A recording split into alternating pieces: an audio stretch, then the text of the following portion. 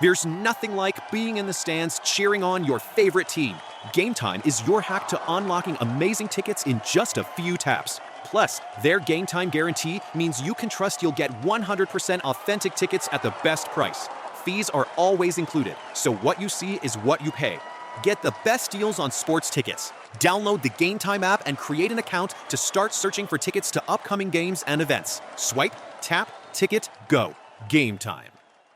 This podcast is sponsored by Talkspace. Last year, I went through many different life changes. I needed to take a pause and examine how I was feeling in the inside to better show up for the ones who need me to be my best version of myself. When you're navigating life's changes, Talkspace can help.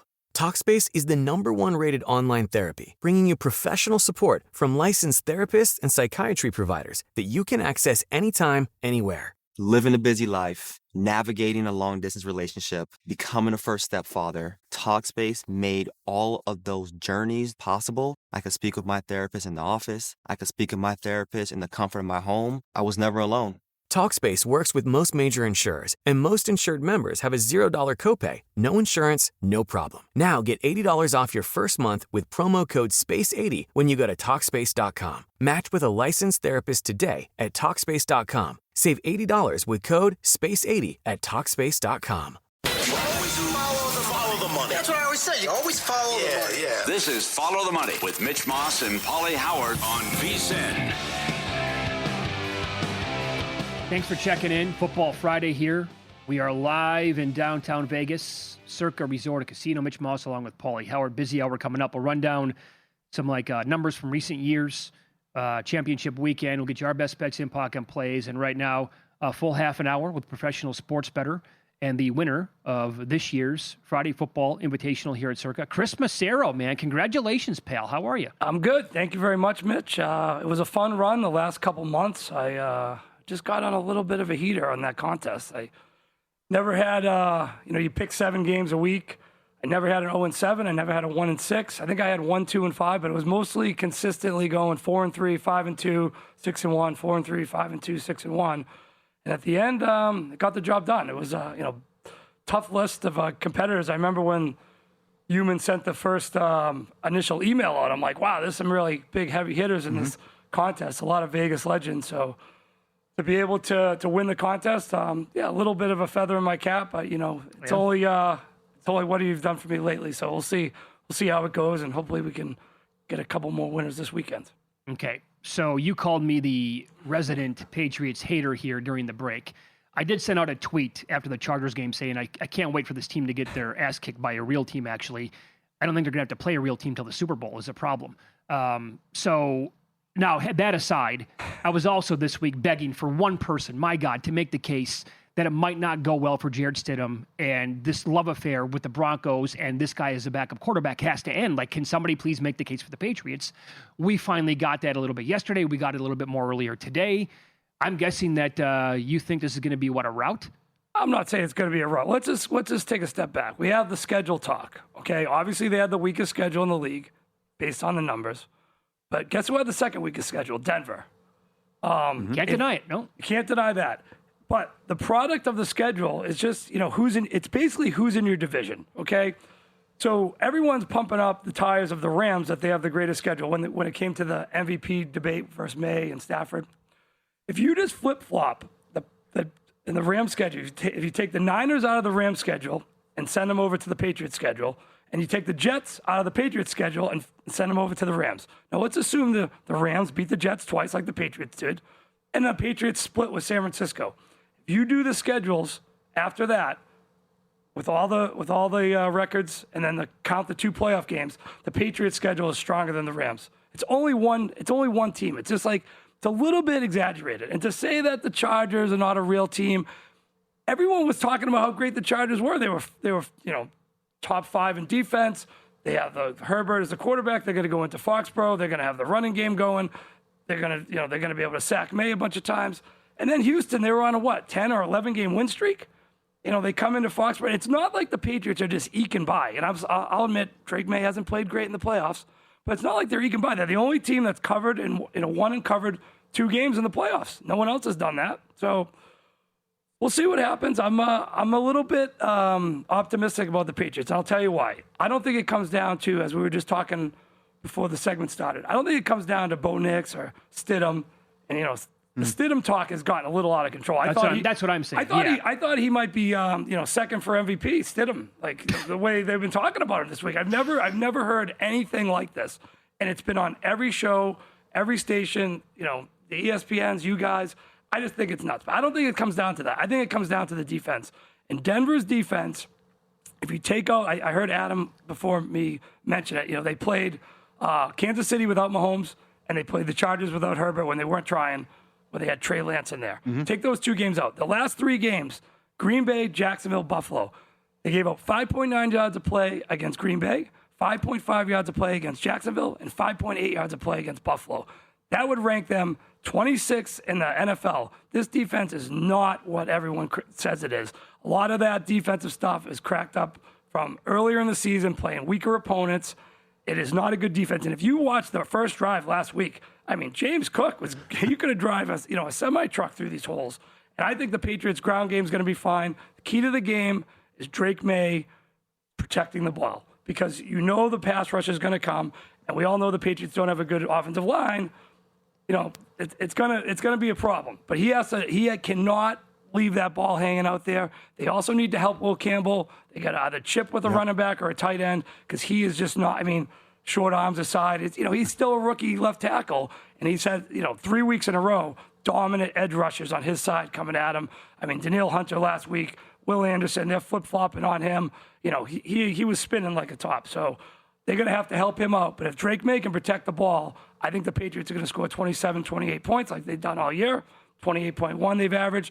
They're number 1 in the NFL, tied for yards per play at 6. The average margin of victory in the wins is 13.3. I could see this game getting away, because I don't see a path with Denver being able to run the ball, because they don't like to run it anyways, versus the Patriots' run defense. What are they going to do? They're going to let Stidham throw it 60 times, 50 times? They threw it 46 times last week, which was insane against Buffalo's defense. I just don't see that as a recipe for success, and I would expect a couple interceptions if that's going to be the case. Well, one thing that certainly helps them out every single week is they're well coached, and they have the lead at halftime. How about this ATS machine with what they're doing, 16-0-1 run, money line first half? It's unbelievable. What is it, 17-1, 17 or 16-1-1 against the spread on the money line, and with the spread, it's 14-2-2 or whatever it is. Yeah, it's just been unbelievable. The Charger game we got a little lucky on that one. That was lucky, 16-3, I think. But I heard you mentioned, DraftKings was 1.5. But you just lay the money line. They are well prepared. They start fast, and it's just been working. I don't see anything. I don't see any reason to change. Right? Boston guy, are you concerned it's been a house of horrors, and leaving Saturday night?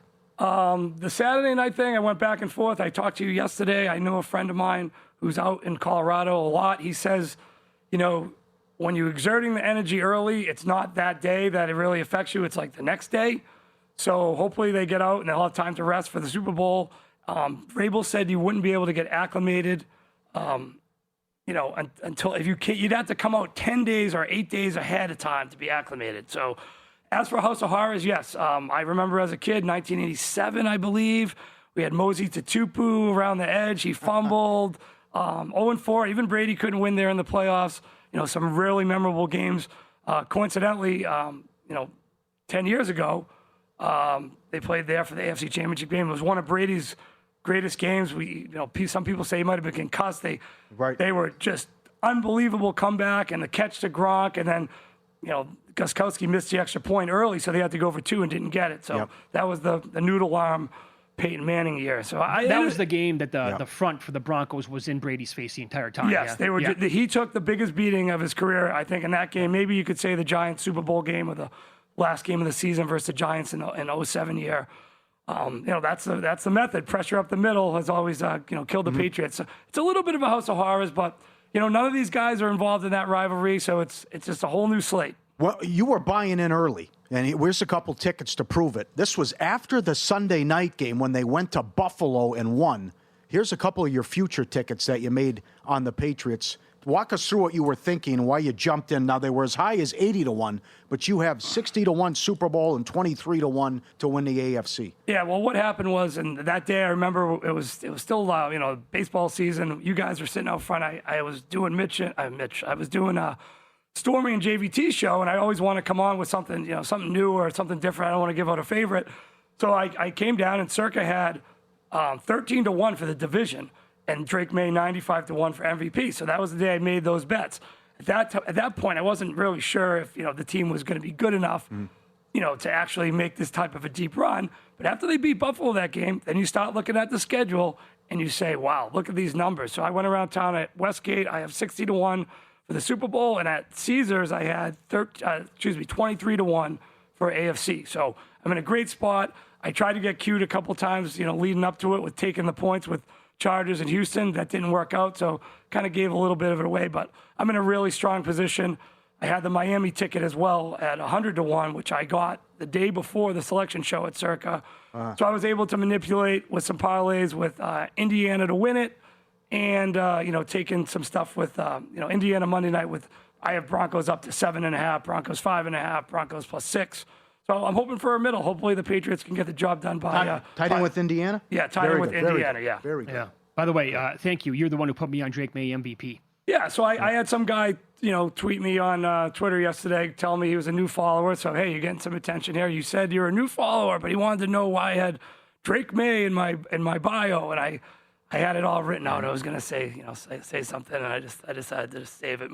I didn't need to get upset, but Mitch, we can monetize. Yes, the for sure. That's right. So every time Stafford became plus money, we took a little piece. Or I took a little bigger piece. I actually bet 3 guys for MVP this year. I had Baker Mayfield early, which was obviously a no-go.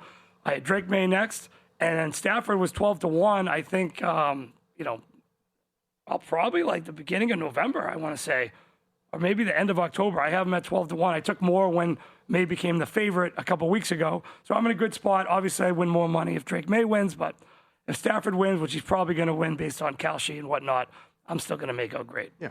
I think one thing, though, is that one got by me. The May, I didn't see it. Like, I didn't put 2 and 2 together. And so when you pay attention to this stuff on a daily basis and you're, like, looking for divisions and you're looking for conference numbers and the MVP stuff, like, I love betting futures. Well, that's a great point. That was a good. But also, the thing. You had 13-1 division. Yeah. Remember the Buffalo hype, and then Buffalo got off to a hot start. They were like 2,500 to win the division. That was one you never even had to hedge. It was just you never had to hedge. You could maybe have taken Buffalo when they were 2 games down when they were playing the Patriots, and they did beat them. But the tiebreakers, because the Patriots had a better division record, because the Buffalo Bills lost to Miami that time. So you have to look ahead. Like you were talking about on your Pod to the Future thing about looking for the college basketball teams that can make a run, or you want to get the numbers at a great number. I came on with Dustin last week, and I told everyone Florida, if they beat Vanderbilt on Saturday, that 27 or 32-1 is going to be long gone, and now they're 14-1. Good call. Yep, we'll continue. Professional sports bettor Chris Macero up next. We'll get his thoughts on the NFC title game, how he is betting Rams Seahawks coming up.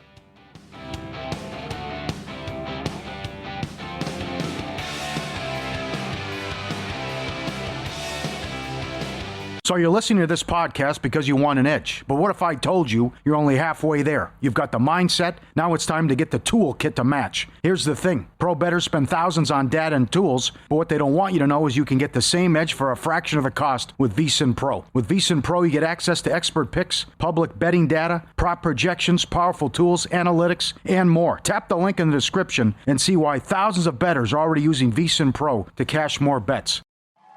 There's nothing like being in the stands cheering on your favorite team. Game Time is your hack to unlocking amazing tickets in just a few taps. Plus, their Game Time guarantee means you can trust you'll get 100% authentic tickets at the best price. Fees are always included, so what you see is what you pay. Get the best deals on sports tickets. Download the Game Time app and create an account to start searching for tickets to upcoming games and events. Swipe, tap, ticket, go. Game Time.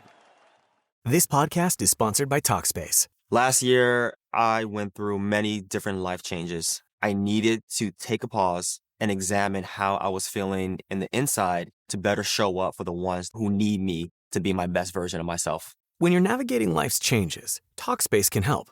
Talkspace is the #1 rated online therapy, bringing you professional support from licensed therapists and psychiatry providers that you can access anytime, anywhere. Living a busy life, navigating a long-distance relationship, becoming a first-step father, Talkspace made all of those journeys possible. I could speak with my therapist in the office. I could speak with my therapist in the comfort of my home. I was never alone. Talkspace works with most major insurers, and most insured members have a $0 copay, no insurance, no problem. Now get $80 off your first month with promo code SPACE80 when you go to Talkspace.com. Match with a licensed therapist today at Talkspace.com. Save $80 with code SPACE80 at Talkspace.com.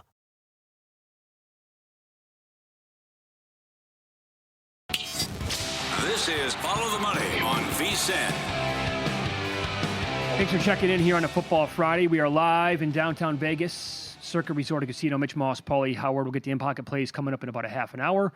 And we continue here with professional sports bettor Chris Macero, really making your case for the Patriots in that first segment. Let me ask you this, did you add any last Sunday before they played the Texans when you knew that Nix was out and that it was going to be Jared Stidham, and if the Patriots beat Houston as a 3-point favorite, they were still plus money to win the AFC last week? No, I would have, but I was actually thinking maybe I should take some Houston because I had the big future tickets. I'm like, wow, what would Houston be to make the Super Bowl? And I was thinking about doing some, because it's great when you have futures, and you know, your buddy there, and I became friends with him this year, Chris from Missouri there. Yeah. We talk about a bunch about futures and how some people are like, oh, you should never hedge. But I do a lot of my future betting because I want to hedge. I want to just somehow monetize the ticket, make a profit. And with futures like that, and when it gets down to the final four, you can do the exactas, you can do the exact result, you can do that stuff is huge. And it might not be the greatest value late, but when you already have a ticket, I was looking at, wow, maybe I should bet Seattle or the Rams to beat Houston in the Super Bowl, as just a different type of hedge. I ended up not doing anything, and I was a little nervous as the game. I mean, I had a couple tickets, but they were in before Nix was hurt. But I just, I didn't jump on more on New England. I just didn't do that. Fair enough. Okay, so then how are you looking at the other game, the late game on Sunday, NFC title game? Seahawks a 2.5-point favorite at home against the Rams. Well, another bet that I think we both have, I think yours is a little different. I saw Jason sent me a screenshot of that bet I think you guys are teaming up on. I also have the Rams at 17-1 for NFC. NFC? So, yeah. Whoa. So that was a bet I made. I think you might have been with me. We were at the Wynn watching college basketball, and I heard the rumor that Devontae Adams was going to come to the Rams. And I'm like, and I heard somebody, I guess, was on talking about, I kept betting the Rams. David Baker. Oh, David Baker for NFC. I wish I would just kept betting it. I have a decent-sized bet, so it's a good position for me. I did take a little bit in a future parlay 2 weeks ago for Seattle to win the NFC because I didn't have anything on Seattle. I had the Rams, I had the Bears at 25-1. So I'm in a good spot. I do like the Rams in this game. Both of these games both the games played this year have been decided by 2 points or less, one by 2 points, one by 1 point. So the Win had 3 minus 120 the other day. So I did bet the Rams. Not a huge bet because I already have the Rams to win. But I think if this game, it comes down to it, I think these are probably the two best teams in the NFC, if not the NFL. I feel like it's going to be a field goal game. And I think 3 is pretty good value, even though you got to lay a little bit extra juice. You can't go past Sam Darnold. I mean, 6 interceptions versus the Rams this year. Yep. Going back to the playoff game last year, another interception. He was only 25 for 40, I believe, in that game, or 20 for 35. He was, very inaccurate. And you gotta feel that the Rams know they can move the ball. That game 5 weeks ago, 581 yards of offense, 6.6 yards of play. I don't think they're afraid of the Seattle defense. Hopefully they didn't even have Devontae Adams in that game. So I'm on the Rams. I know that a lot of people like the under. I saw the move to the under today. Maybe the quarterbacks are hurt. You think Stafford's hurt? He hasn't looked the same. He hasn't looked the same. And, although last week it was brutal conditions and the cold, it's not going to be that bad in Seattle. It's supposed to be like 45 degrees. So they have a full complement of their offense. And I'll say another thing. Everyone's high and mighty on Seattle right now, and they played well. I will say that. But look at their last 3 games. They played Carolina, when Bryce Young was 12 for 24 for 54 yards. Then they played a totally beaten up San Fran team twice. And I mean, last game, San Fran had some guys back, but it was over before it started. You got to give the defense credit. No, I do. But listen, they had a kickoff return for a touchdown at home. Places going bananas. Then they turn it over on downs, and then the next series they had a fumble. So it's 17-0 before the game was over before it started. So like you mentioned, it's kind of a bye week. I just think it's a different animal. The Rams have been the number one power rated team all year. They were the favorites throughout until they had to go on the road 3 times. That's when it switched. I think if you go back 2 weeks and like Mitch was saying, if they had won that game, they would have been the number 1 seed. They're at home. They're probably what? They're the favorite now. So I think I'm going to give the Rams one more shot at this because I mean, he can prove me wrong. He can win the Super Bowl, but I'll never trust Sam Darnold until he probably does that. So that's basically the key to the handicap for you. It comes down to one guy. Yeah, because if they're going to get a lot of pressure, there's some injuries on that Seattle line. That tackle didn't look too sharp last week. I don't trust him in the big moments. Like when things go bad, except for the time 5 weeks ago when he threw that pick 6, and then somehow they won the game. I still don't know how it happened. It was beyond a miracle. It's beyond a miracle. A 2-point conversion that shouldn't have counted. They got 3 2-point conversions. One of them that shouldn't have counted. I forgot about the 2-point. We go to commercial break. I forgot about that. They come back. I'm like, I picked the ball up. Oh, okay. Yeah. People, I forget who was announcing that game. He's like, "Oh, that was such a sharp move." I'm like, he didn't even know that. He thought the play was over. He was just picking it up. It was Herbstreit and Michaels. Oh yeah, Herbstreit was saying it was such an intelligent, smart, heady play to pick the ball up. So I don't know. I just like the fact. I know you were saying under. I like over in this game too. I mean, the Rams defense hasn't been great. They've given up a lot of points the last few weeks. They didn't give up a lot of points last week, but that was due to the fact that Caleb Williams, for all the praise he got about the second half, he was awful in the first half. And he had 3 interceptions, throwing it to the worst places. So, I mean, Chicago should have put up more points, and they left a lot of points on the field. What did they have? 3 field goals they could have went for. They didn't. So the Rams defense is going to give up some points. I could see this game being another type of shootout. I'm not sure why the line moved down today. Maybe there's injuries I don't know about. Maybe Stafford is hurt. Maybe Donald's thing will flare up again. But I wouldn't want to be on the under in this game in the second half when things are going back and forth. Well, you know what's going to happen? The Patriots are going to play Seattle, and something's going to happen to Darnold. Oh, come on. So you know what's going to happen. That's what's going to happen. So all of a sudden, the Chargers, who are, they were great. They beat who? Like I guess you can say. Come on. Nobody said they were great. You can say this, Mitch. You do say this. You do say this, which I kind of agree with. Who's good? Nobody really. Yeah. The Rams are probably the highest power rated team for the majority of the year. Yep. Their defense is terrible. It's just not a good. They get no pressure on the quarterback, which they should. They've got dudes all over. They have Verts and all these guys that are just these powerful guys that are supposed to be making all these plays, but they don't. And for some reason, their back end of the secondary is just not good. And you've seen it all year. I mean, the 5 games not in the playoffs, the last 5 games of the year, not counting Arizona, they gave up 31 twice to Carolina. I mean, they gave up 30. I mean, all the yards Special they gave up teams. to Seattle. Yep. I mean, they're kind of a leaky defense. Would you like to recommend this year? You had Texas Tech 300-1. Is there a Texas Tech out there that you could be looking at from next year, or anything you recommend in college hoops? I was down at Hoover Dam underneath the underpass yesterday, and I didn't put anything in. I was just like, I could probably wait, but I would look for a team, obviously, in the Big 12 or the ACC, because that's where the big prices are. Because one of those teams have to get in. So maybe you look at Virginia Tech, 150-1. Shop around. I got 350-1 on them yesterday. So Cal, you got Sagapulatelli, who's a stud quarterback. I liked how Cal played this year.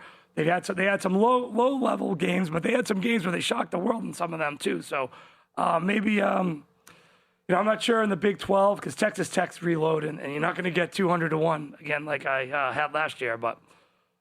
We'll see. It's one of those ones where you got to look for the ACC or the Big 12 because the power conference, SEC and Big 10, those teams are not going to be more than 20-1. The usual suspects. So I would say maybe Virginia Tech. That's probably a good one, or Cal or SMU maybe too. I know you liked SMU. Yes, they should be a juggernaut. They're gonna spend money. That's what Signetti's talking about when he says it's a new world. And they got billionaires. And they beat Miami. I wasn't. And they made it the year before. I wasn't a big fan of Jennings. I think he's kind of erratic. I'm not sure. Is he back next year? I'm not sure if he's back or not. You like Mensah if that goes through and he goes to Miami? Yeah, I'm a big Mensah fan. I feel like he can make all the throws. He's mobile. He reminds me of, he's not as good as Jaden Daniels, but I think he's a hell of a player. He had a couple high turnover games last year, but if he had just won one more game, I would have had. I had Duke at 1,000-1 last year. And they win the league. That was my prediction, and they don't even get in. So yeah, I had them for ACC too, so it worked out okay. All right, there's the ticket at Caesars. I will say for college basketball, because last year I was trying to find some ones. I do like Florida, even though they're down, but you can get Florida still at 5-1 just to make the Final Four. And I heard you talking about Kansas. We'll see if Peterson can stay healthy. You can get them at 750 just to make the Final Four. I like BYU at 700 to make the Final Four. They're 700 to make the Final Four? Plus 700. Ooh, mama, I'm going to have to take a slice of that. So I have a bunch of future parlays already in, but I like the fact that you can play future parlays with just to make the Final Four. And hey, you might have teams in different brackets. You might hit more than one of them. Sure you could. You're not just hitting one. Yep. Good point. He's very active on X. If you'd like to follow him there, at Real Gauge. That's correct, Mitch. Real Gauge, the old dog. We still keep him in our thoughts, even though he's been gone for 3 years. But we still like him. He was a big lug. Everyone loved him. Have a great weekend, man. All right, thanks, Mitch. Thanks, Pauly. There you go. Chris Macero will tell you how home dogs have done over the years. Teams with a rest advantage playing a third straight game on the road, and results for teams off an overtime game coming up next.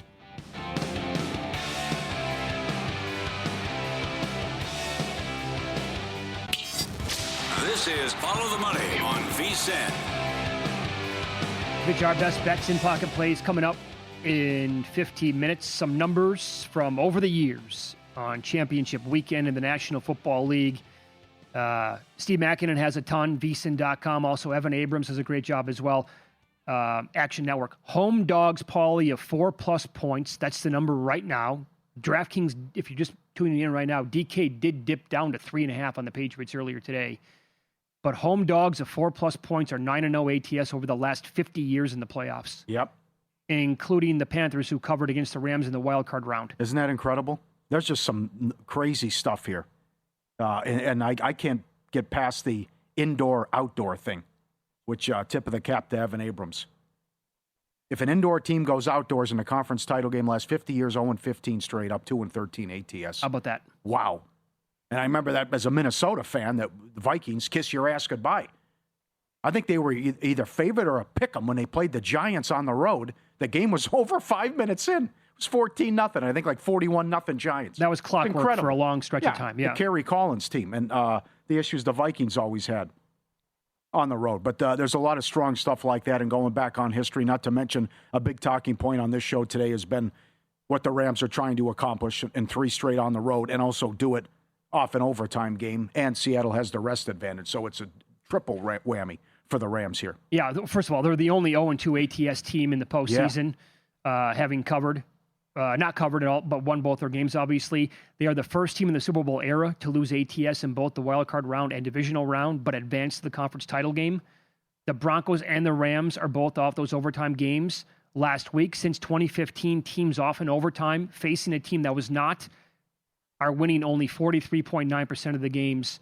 Outright, 46% of the games ATS. This season, those teams went 10-18 straight up and 11-17 ATS.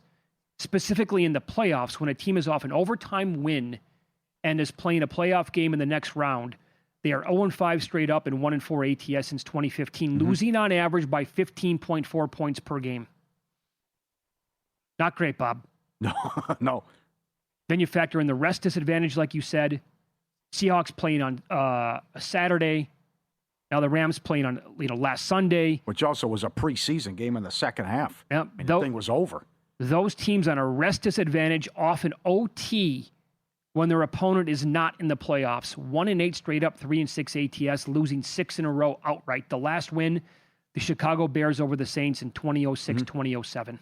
More stuff against New England. 0-4 all-time in Denver. Biggest home dog in a conference title game since 1968. Only the Rams have pulled this off from a future standpoint, 150-1.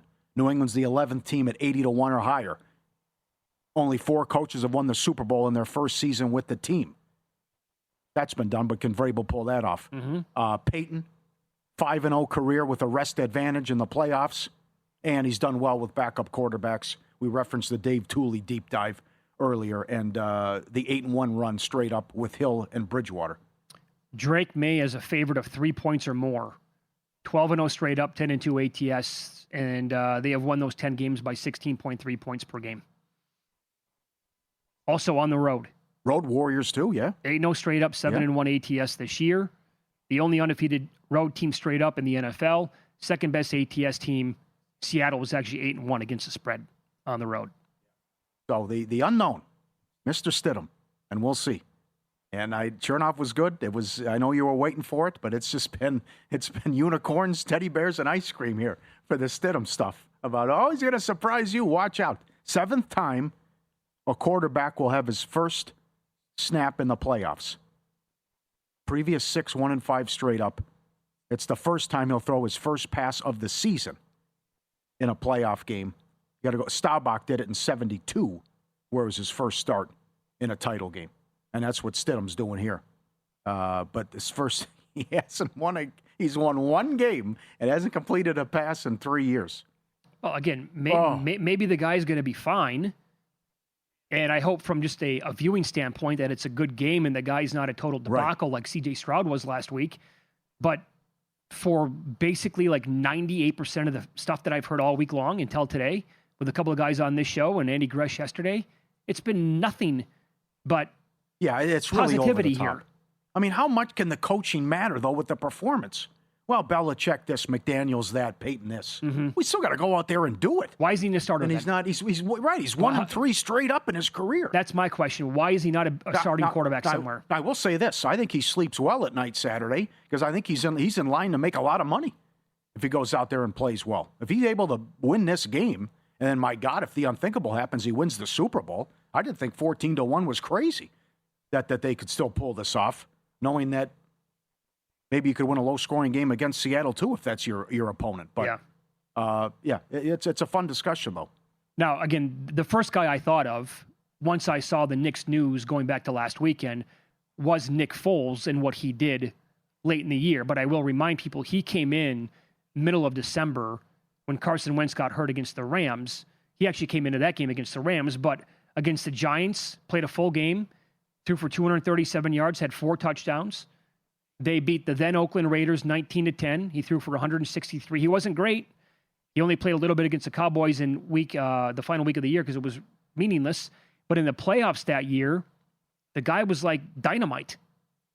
Completed 77% of his passes against Atlanta, 246 yards, 8.2 yards per attempt. In the Vikings game at home, NFC title game, the guy threw for 352 and 3 scores, 79% completion, 11% or 11 yards per attempt. And in the Super Bowl against the Patriots, he crushed it, as you all know.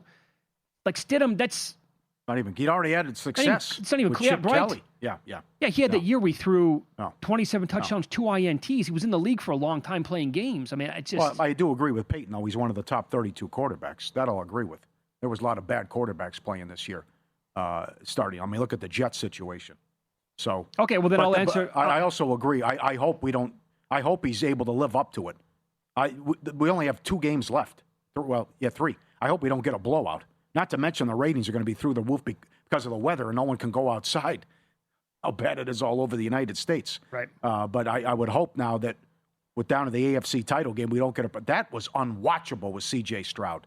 It was ridiculous and vomit-inducing with how bad he played. It wasn't football. It was like, no, it was not. You can't make these kind of mistakes. It's ridiculous. So I hope he doesn't turn it over and he hangs in there and we get a competitive game, and the nightcap should be phenomenal. Is it possible he could be as bad as Stroud? No way. No way. Can't see it. God, I hope no not. way.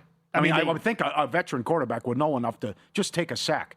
And Peyton has to be drilling it in his head. Don't be the reason we lose. It's okay to punt. Because they're doing it to May every week. After what he's done, It's okay to punt. It's okay. May even said it to the reporter before the game on the sideline. It's okay to punt. It's okay to punt. I think the biggest indictment of that whole game was that, or the whole situation was that they never went to Davis Mills. Oh, absolutely. I mean, it was so obvious they had to do it, and they just never made the move. So I'll answer my own question then. Totally. Why is he a backup? I'll say because not all front offices get it right. And we don't have 32 good quarterbacks in the league, and maybe he should be starting somewhere. I mean, we'll find out again what he's going to look like in the biggest game of his career coming up in a couple of days. But Denver also paid him a lot of money too. Yeah, but I would also say, like, how on earth was Russell Wilson a starting quarterback to begin the year, and Jameis Winston was a third stringer on that same team? Make that one make sense. Yeah. Can't do it. Why did Fields get 2 for 40? Another one. Mm-hmm. Clearly, some of these guys, like Russell Wilson, shouldn't even be in the league anymore. So the conversation of him starting a quarterback needs to be dead. But so they get it wrong a lot too. And I guess landing points where you're going to be, maybe this is going to work out for him because Sean Payton loves to throw the football. Again, that stat that, well, I have a bet coming up on Stidham with the passing game. Bo Nix led the league in passing attempts this year, and we saw it again last week against a team that was abysmal against the run, and they never even tried with Harvey or McLaughlin. It's like, nope, don't care. I know we can run against them if we tried, but I like to pass the ball. It's who I am, and I have an ego, so let's go have some fun today. And I pointed out the other day, don't forget, he's also the same coach to begin a second half in a Super Bowl. Started that half with an onside kick, and they got it. Yeah, he's got onions. Oh, absolutely he does. Yeah. So I wouldn't be surprised. We saw the Fat Man touchdown last week. By the way, the Bills pulled off a hook and ladder against them. I wouldn't be surprised if we see something like that out of Sean Payton. Well, I know he can't come in all gloomy Gus and whatever, but as soon as he announced it, he was just, Stiddy will be great. Stiddy will be fine. He's ready to go. I know. Oh, trust me, we're okay. Okie dokie, Sean. Yeah, all right. We will. I'm sure he would love to boast and say, I told you so afterwards. And he will. No doubt about it. That'd be wild. But I'm with you that he's going to sling it and keep throwing the ball. And get a stubborn coach that doesn't like to run and get away from the run. All right, Case in point last week. How many bets do you have for the weekend? At that. 10, I think. Okay. With the various props and the stuff, a lot of it's with the Caesars quarter stuff, which is very good. Yeah, we'll run those down coming up. We'll recap last night's bets, get into the weekend as well with our in-pocket plays here, and follow the money. It's VSiN, the Sports Betting Network.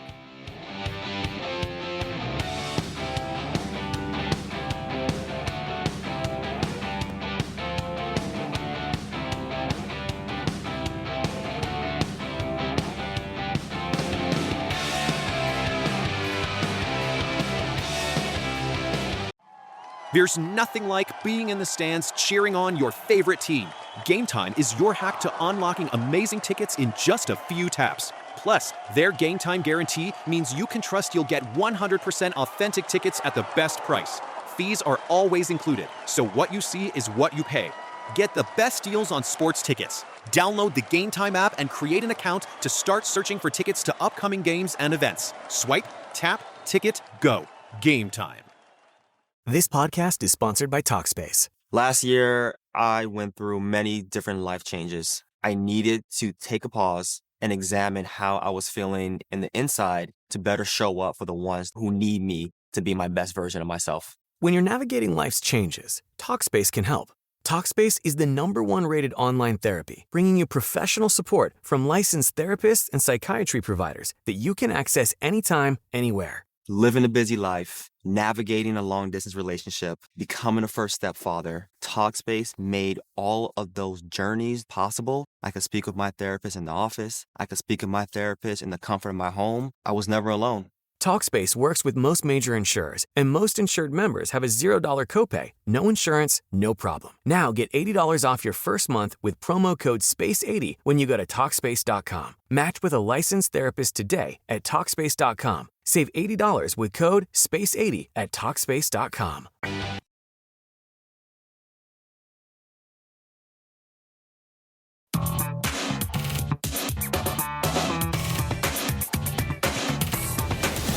He knows the quarterback was on coke if his girlfriend was knocked up. These games are a burial, a blowout, a human lock.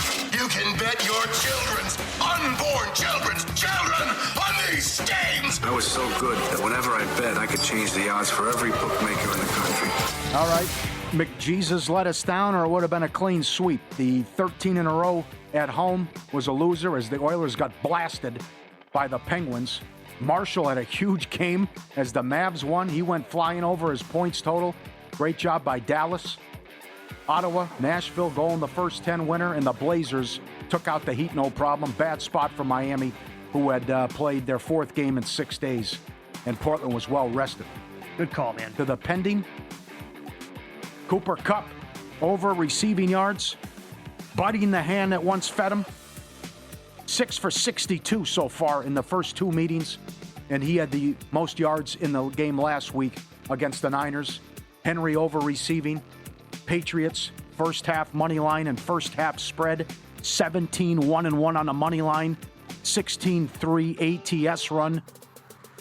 They've won 15 of 16. They've been awesome in the first half. Also a 15-0-1 run on the money line first half as well. These are available at Caesars and Will Hill. Click on the game, click on game specials, then you see player specials. That's in a second. Puka, 5 yards rushing in the game. They let him get the ball on the end around or throw it behind the line of scrimmage. Field goal each quarter, 4-1. Both teams to make a 33-yard field goal in the NFC title game. Got ahead of myself. Kyron Williams, 5 yards rushing each quarter, 25 yards rushing each half is plus 190. Some of this stuff is great. There's over 200 different ways to bet every conference title game.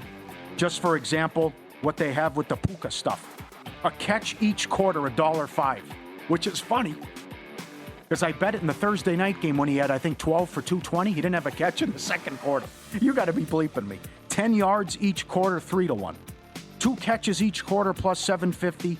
20 yards each quarter, 12-1. 5 yards each quarter, plus 140. 50 yards each half, plus 360. All kinds of stuff like that with all the high-profile players. Good luck. And Stidham, most passing yards, plus 650 for the weekend. All right, the next time that you have a bad night, remember, I was 0 for 5 betting props in the same game all last night. What happened? It's high scoring. Other guys scored. First of all, I have to look at this now. Steve Kerr played 12 guys last night, and he played a lot of other fringe guys a lot of minutes. Is he doing this again so now? that'll factor in now moving forward. But look, Klay Thompson played, I think, 23 minutes, 2 of 6 from 3. The attempts weren't there. The makes weren't there. Kuminga, I think, was going to cash. He got hurt 9 minutes into the game.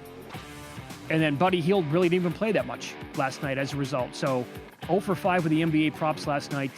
That was a bitter pill to swallow and a bad result for the old bankroll. No bueno. Trying to pick up the pieces for today. Pending, R.J. Harvey, under 43.5 rushing yards, plus 105. But J.K. Dobbins has been ruled out. Not going to play. I actually hope Harvey's number goes up. I want to keep betting it under. I don't think he's going to have a day on the ground. New bets. Houston running backs, 18 for 31. Charger running backs, 12 for 30. Yep. So it's pretty light for me right now. I think I'll have more by the Sunday morning show when it rolls around, the tailgate show. The reason why is because I am heavily invested in Rams futures, and I need to decide what I'm going to do, if I'm going to hedge it all on Seattle or not, which I have not done. I have plenty of time to do that yet, almost 48 hours. We'll see.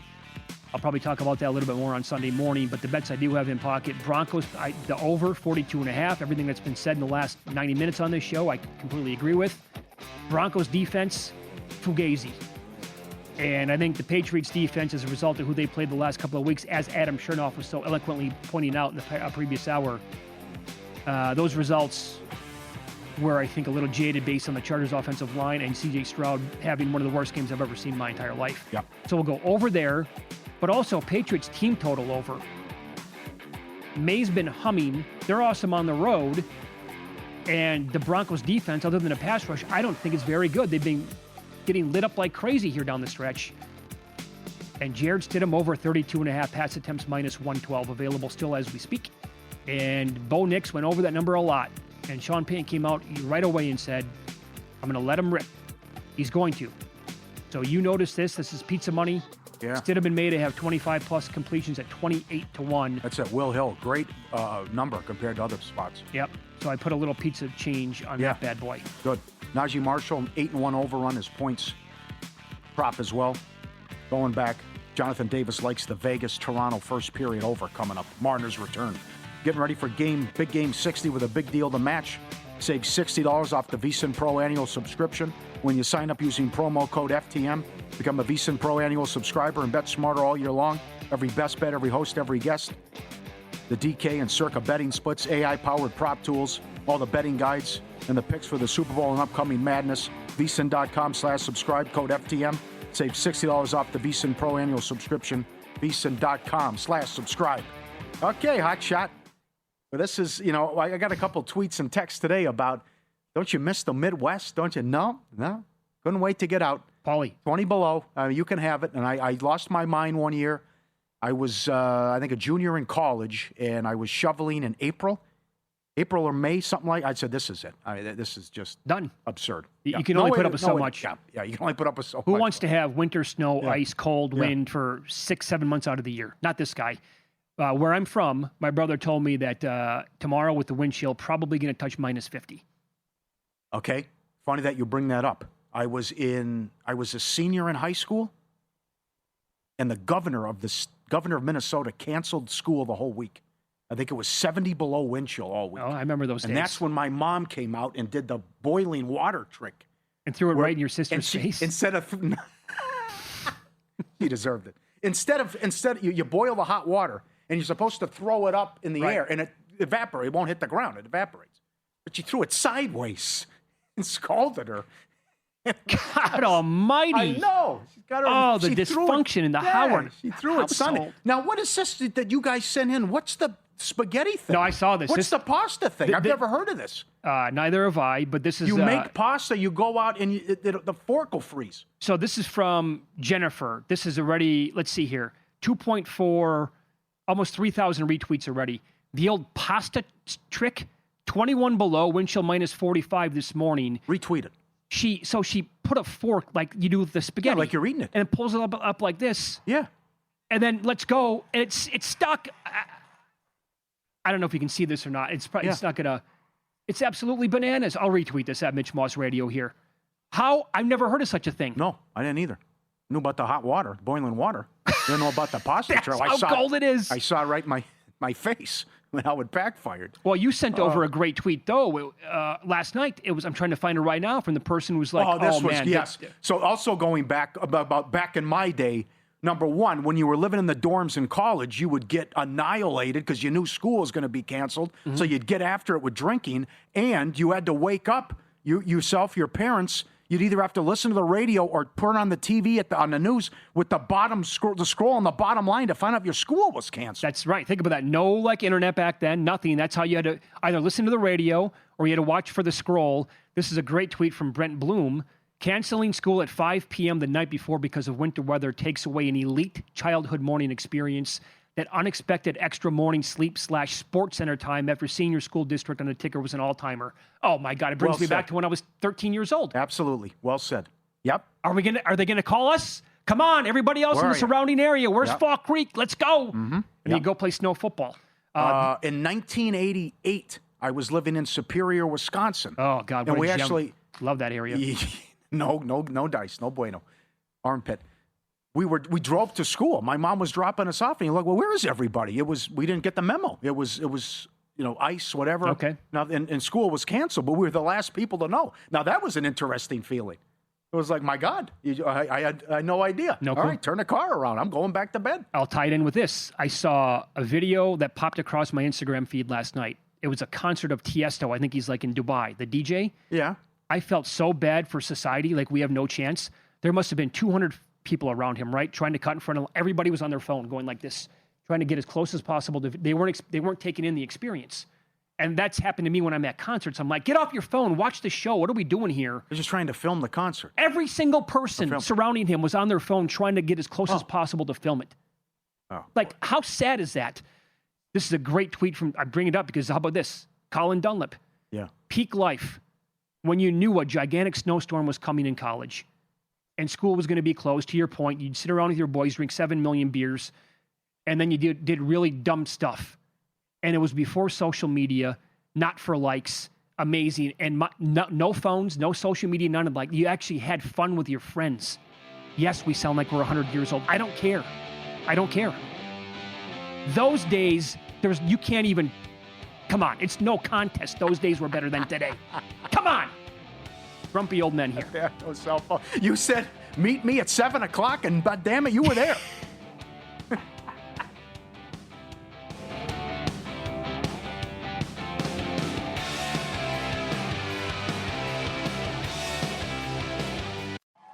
There's nothing like being in the stands cheering on your favorite team. Game Time is your hack to unlocking amazing tickets in just a few taps. Plus, their Game Time guarantee means you can trust you'll get 100% authentic tickets at the best price. Fees are always included, so what you see is what you pay. Get the best deals on sports tickets. Download the Game Time app and create an account to start searching for tickets to upcoming games and events. Swipe, tap, ticket, go. Game Time. Did you know that parents rank teaching financial literacy as the toughest life skill? That's where Greenlight comes in, the debit card and money app made for families. With Greenlight, you can send money to kids quickly, set up chores, automate allowance, and track spending with real-time notifications. Kids learn how to earn, save, and spend responsibly, while parents have peace of mind knowing smart money habits are being built with guardrails in place. Try Greenlight risk-free today at greenlight.com/trygreenlight. That's greenlight.com/trygreenlight.